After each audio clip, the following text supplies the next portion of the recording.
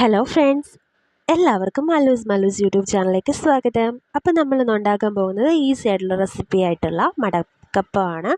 അപ്പോൾ ഇതിന് വേണ്ടിയിട്ടുള്ള ഇൻഗ്രീഡിയൻസ് എന്ന് പറയുന്നത് അവൽ വേണം, തേങ്ങ മീൻസ് ചിരകിയത് വേണം, പിന്നെ ഗോതമ്പ് വേണം. ഓക്കെ, അപ്പം ഇതിന് വേണ്ടിയിട്ട് നമ്മൾ താണ്ടട്ടോ ഈ ഗോതമ്പ് ഞാൻ ചെയ്തതെന്ന് പറയുന്നത് ഗോതമ്പും പിന്നെ കുറച്ച് ഉപ്പും ചൂടുവെള്ളം അല്ലെങ്കിൽ തണുത്ത വെള്ളമെങ്കിൽ തണുത്ത വെള്ളം ഇട്ട് നന്നായിട്ട് പേസ്റ്റ് പോലെ കുഴച്ചിട്ട് ആണ് നമ്മളിത് ചെയ്യാൻ പോകുന്നത്.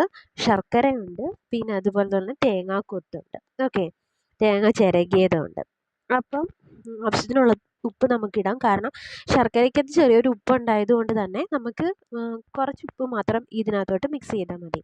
ഞാൻ ഇതാണ് ദോശക്കല്ലാണ് വെച്ചിരിക്കുന്നത്. ദോശക്കല്ലിനകത്തോട്ട് കുറച്ച് എണ്ണ ആക്കിയതിന് ശേഷം നമുക്ക് ഈ മാവ് അതിലേക്ക് ഇടാം. കൈ പൊള്ളാതെ നോക്കുക. അത് മാത്രമേ ഉള്ളൂ എനിക്ക് പറയാനുള്ളത്. അപ്പം ഇത് ഞാൻ ഇങ്ങനെ പരത്തി വെക്കുന്നു പറഞ്ഞാൽ കുറച്ച് തിക്നെസ് മതി. കൂടുതൽ ലൂസായി പോയാൽ എന്താ മാവ് അങ്ങോട്ടും ഇങ്ങോട്ടും ആയിപ്പോയി. അത് അവസാനം ദോശയിലോട്ട് പോകും. അപ്പോൾ ദോശയല്ലല്ലോ നമ്മളിപ്പോൾ ഉണ്ടാക്കുന്ന മടക്കപ്പോലെ. അപ്പം ഇത് കുറച്ച് തിക്നെസ് ആയിട്ട് നമ്മൾ ആ ദോശക്കല്ലിലോട്ട് ആക്കി വെക്കുക. എന്നിട്ട് നമ്മൾ കുറച്ച് വെള്ളം എടുക്കുക. എന്നിട്ട് അത് നന്നായിട്ട് റൗണ്ട് പോലെ നമ്മൾ ആ വെള്ളത്തിൽ നമ്മൾ കൈ ഒന്ന് ഡിപ്പ് ചെയ്ത് ആ കുറച്ച് വെള്ളം നനവ് നമ്മൾ ആ ഒരു മാവിനകത്തോട്ട് സ്പ്രെഡ് ചെയ്യുക. ഓക്കെ, അപ്പം കൈ പൊള്ളാതെ മാക്സിമം നോക്കുക. ഓക്കെ, അപ്പം നന്നായിട്ട് വെള്ളം അതിനകത്തോട്ട് സ്പ്രെഡ് ചെയ്യുക. പിന്നെ നമ്മൾ വേണ്ട തേങ്ങ എടുത്തിട്ടുണ്ട്. തേങ്ങ എന്താ കൂടുതൽ എടുക്കേണ്ടവർക്ക് കൂടുതൽ എടുക്കാം. ഞാൻ അധികം തേങ്ങ മിക്സ് ചെയ്യുന്നില്ല, കുറച്ച് തേങ്ങ മാത്രമേ ഉപയോഗിക്കുന്നുള്ളൂ. അപ്പോൾ തേങ്ങ അതിലേത്തോട്ട് നമ്മൾ ആ എല്ലാ റൗണ്ടിലും എടുത്തിടുക. പിന്നെ ശർക്കര അതേപോലെ എല്ലായിടത്തും സ്പ്രെഡ് ചെയ്യാൻ നോക്കുക. എന്നിട്ട് ഇത് ഉള്ളി നന്നായിട്ട് വേവണം കേട്ടോ ഗൈസ്. അപ്പം ഉള്ളി നന്നായിട്ട് വെന്തതിന് ശേഷം വേണം ഇത് മടക്കി വെക്കാൻ വേണ്ടിയിട്ട്. ഇനി നമുക്ക് ചട്ടുകം വെച്ചിട്ട് പതിയെ മടക്കി വെക്കുക. സൈഡിലോ അതൊന്നും പൊട്ടാതെ നോക്കണം. പിന്നെ നമ്മൾ അതിൻ്റെ ഒരു പുറം സൈഡ് ബാക്ക് സൈഡ് ഒന്ന് വേവുന്ന വരെ നമുക്ക് വെയിറ്റ് ചെയ്യാം.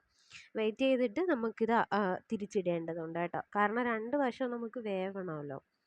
അപ്പം കുറച്ച് ലോ ഫ്ലെയിമിൽ വെച്ചിരുന്നാൽ മതി. ഞാൻ ലോ ഫ്ലെയിമിലാണ് വെച്ചത്. കാരണം ചട്ടി നന്നായിട്ട് പഴുത്തു പോയാൽ അത് അടിവശം കരിയാൻ ചാൻസ് ഉണ്ട്. അതുകൊണ്ട് കുറച്ച് ലോ ഫ്ലെയിമിൽ വെക്കുക. ഈ പാചകമൊന്നും അറിയാത്ത കുട്ടികളൊക്കെ കാണുമല്ലോ, എസ്പെഷ്യലി ഞാനും അതിൽ പെടും. അപ്പം എനിക്ക് കുറച്ചൊക്കെ അറിയാമോ, എന്നിരുന്നാൽ പോലും അത്യാവശ്യം അറിയാം. അപ്പം ഇതൊക്കെ നമുക്ക് വീട്ടിൽ ചുമ്മാ ഇരിക്കുമ്പോൾ വൈകിട്ടൊക്കെ 4 മണി പലഹാരമായിട്ട് നമുക്ക് യൂസ്ഫുള്ളാണ്. മോർണിംഗ് ഉണ്ടാക്കാം, കുഴപ്പമൊന്നുമില്ല, നല്ലതാണ്. ബ്രേക്ക്ഫാസ്റ്റായിട്ടും ഉണ്ടാക്കാം. നെക്സ്റ്റ് ഞാൻ അടുത്ത അതുപോലെ തന്നെ കുറച്ച് മാവ് ഇട്ടിട്ട് എല്ലാവർക്കും വേണമല്ലോ, ഒറ്റയ്ക്ക് നമ്മൾ തിന്നാൻ പാടില്ല. അപ്പം എല്ലാവർക്കും വേണമെന്നുണ്ട്. അതുകൊണ്ട് നമുക്ക് രണ്ടാമതും മാവിട്ട് അതേപോലെ തന്നെ മിക്സ് ചെയ്യുക. പിന്നെ ഞാൻ കുറച്ച് നെയ്യ് എടുത്തിട്ടുണ്ട് കേട്ടോ. നെയ്യ് നമ്മൾ ഉപയോഗിക്കുന്ന പറഞ്ഞാൽ പരത്താൻ വേണ്ടിയിട്ടല്ല, പരത്തുമ്പോൾ മാവ് കയറി ഒട്ടിപ്പിടിക്കും നെയ്യ് ഉപയോഗിക്കുമ്പോൾ. അതിന് പകരം നെയ്യ് നമുക്ക് ഇതിനകത്തോട്ട് ആ മാവിൻ്റെ മുകളിൽ ഇലയപ്പത്തിൻ്റെ മുകളിൽ ഇട്ടാൽ നല്ല ക്രിസ്പി ആയിട്ടിരിക്കും. ഓക്കെ, നല്ല മീൻസ് നെയ്യും നല്ലൊരു ടേസ്റ്റ് ആണല്ലോ. ഓയിൽ അധികം ഉപയോഗിക്കാൻ പാടില്ലാത്തവർക്ക് ഉപയോഗിക്കണമെന്നില്ല. പിന്നെ ഞാൻ ചെറുതായിട്ടൊന്ന് പൊട്ടിപ്പോയി ഗൈസ്, എന്നാലും ഞാൻ അത് അഡ്ജസ്റ്റ് ചെയ്തിട്ടുണ്ട്. ഈ ചട്ടിക്കകത്ത് ആദ്യം ഞാൻ വെള്ളം കുടഞ്ഞതെന്ന് പറഞ്ഞത് മീൻസ് ചട്ടി നന്നായിട്ട് ചൂടായോ എന്ന് അറിയാൻ വേണ്ടിയിട്ടാണ്. കുറച്ച് വെള്ളം ഒഴിക്കുമ്പം എന്താ ആ ചട്ടി ചൂടായെന്നാണ് അതിൻ്റെ അർത്ഥം. ഒരു സൗണ്ടൊക്കെ വരുമല്ലോ. അപ്പം നിങ്ങളത് ട്രൈ ചെയ്ത് നോക്കാം. ഓക്കെ, അപ്പം ഇത് എല്ലാവർക്കും ഉപയോഗിക്കാം. എന്താ ഇതിന് ഈ ശർക്കരയ്ക്ക് പകരമായിട്ട് ശർക്കര വീട്ടിൽ ഇല്ലാത്തവർക്ക് പഞ്ചസാരയും ഉപയോഗിക്കാം. നമ്മുടെ ഇവിടെയൊക്കെ ഇതിന് മടക്കപ്പം എന്നാണ് പറയുന്നത്. ഗോതമ്പ് വെച്ച് യൂസ് ചെയ്യുന്നത്. ഗോതമ്പില്ലെങ്കിൽ നമുക്ക് മൈദ വെച്ച് യൂസ് ചെയ്യാം. സൂപ്പർ ടേസ്റ്റാണ്. ഓക്കെ, അപ്പോൾ ഇത് നന്നായിട്ട് വേകുന്നുണ്ട്. കണ്ടോ, ആ ഒരു പുകയൊക്കെ വരുന്നുണ്ടേ.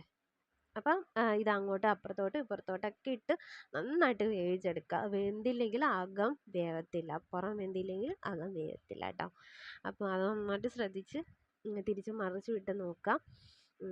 അപ്പം ഞാൻ ഇടയ്ക്കിടയ്ക്ക് നോക്കുന്നുണ്ട് ഇതെന്തോ ആയി എന്നൊക്കെ. എന്നിരുന്നാൽ പോലും നല്ല രുചിയാണ്. ദാണ്ട ഇതാണ് മിൽമേൻ്റെ ഗീ ആണ് ഞാൻ യൂസ് ചെയ്യുന്നത്. ഏത് നെയ്യ് എടുത്താലും ഒരു കുഴപ്പമില്ല. ഞാൻ ഏത് നെയ്യാണ് എടുത്തതെന്ന് നിങ്ങൾക്ക് കാണിച്ചു തന്നെ കേട്ടോ. അപ്പം ഇടയ്ക്കിടയ്ക്ക് ഞാൻ നോക്കുന്നുണ്ട് അത് വെന്തോ എനിവേ അത് വെന്തു. ഓക്കെ, അപ്പം ഇത് തിരിച്ചങ്ങോട്ടും ഇങ്ങോട്ടും ഇടുക. അതുകൊണ്ട് അടിവശം പൊട്ടാതിരിക്കാൻ മാക്സിമം ശ്രദ്ധിക്കുക കേട്ടോ. വേവുമ്പോൾ എന്ത് ചെയ്യും, അതിൻ്റെ അടിവശം ആ നടുക്ക് ഭാഗം നമ്മൾ മടക്കുന്ന ആ ഒരു സൈഡ് ഉണ്ടല്ലോ, അത് പൊട്ടാൻ ചാൻസ് ഉണ്ട്.